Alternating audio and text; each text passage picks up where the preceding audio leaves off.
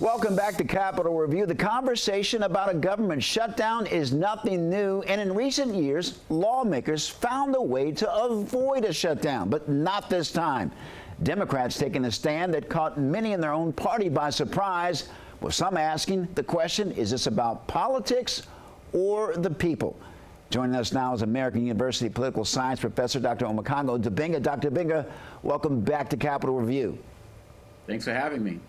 Were you surprised Democrats didn't help keep the government open this time? Honestly, I was surprised. I didn't pay much attention to the fact that a shutdown was going to happen because Senator Schumer let a lot of people down in March when he decided to go along with the Republicans and keep it going. And I just assumed that no matter what Democratic energy there was from anybody else in the party, that Schumer was just not going to let it happen again. So here we are. Are Democrats drawing a line in the sand? Because as you know, Dr. Dibinga, people, real people, are impacted when we have a shutdown. And historically, Democrats tried to avoid that.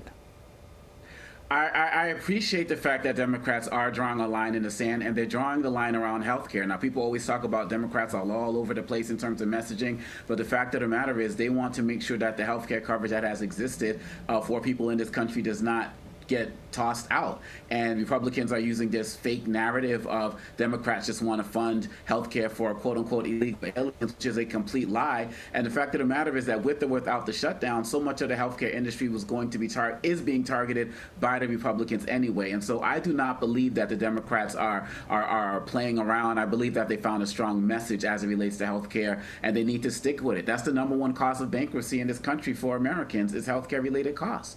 Seems like both Republicans and Democrats have the same talking points when we're in a shutdown. Where are some areas where you think they can find common ground?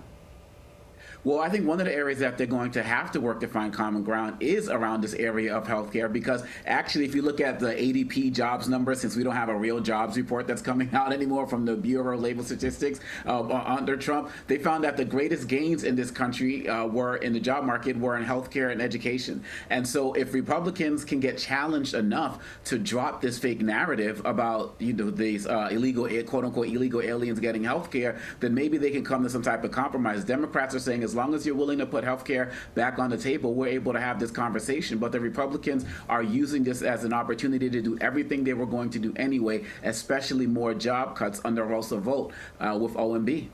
Dr. Dibinga, a lot of experts have said in recent years that the Republicans are much better at messaging than Democrats.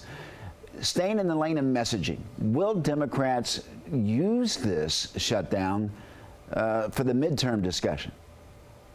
They have to use this for the midterm discussion, and they absolutely will, because, yes, the Republicans have been great at messaging, but messaging can only do so much when you start to feel things in your pocketbook. So when people see their health care premiums triple, when we're already seeing people are trying to get access to food security or food assistance that they can't get because programs have shut down, when you see what's happening to these farmers at the same time that the Trump administration is looking at giving $20 billion to Argentina to help bail out its economy, no messaging is going to help what people are feeling in their pockets, and that's going to be advantage towards the Democrats because Republicans own all levers of government.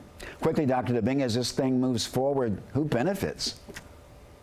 The Trump administration benefits. He feels like he has unlimited powers, and he feels like he has more opportunities to do what he was already going to do, but now he can do more of it because he feels like he doesn't have a real opposition. And so Democrats are going to suffer, but most importantly, the American people are going to suffer. And hopefully Republicans will start to get the message as well, because right now the only winner is Trump. Congress isn't even winning on this issue. And of course, we can't even get the Epstein files out right now during a shutdown. Dr. Omekongo Dibinga, thank you so very much for joining us. Thanks for having me.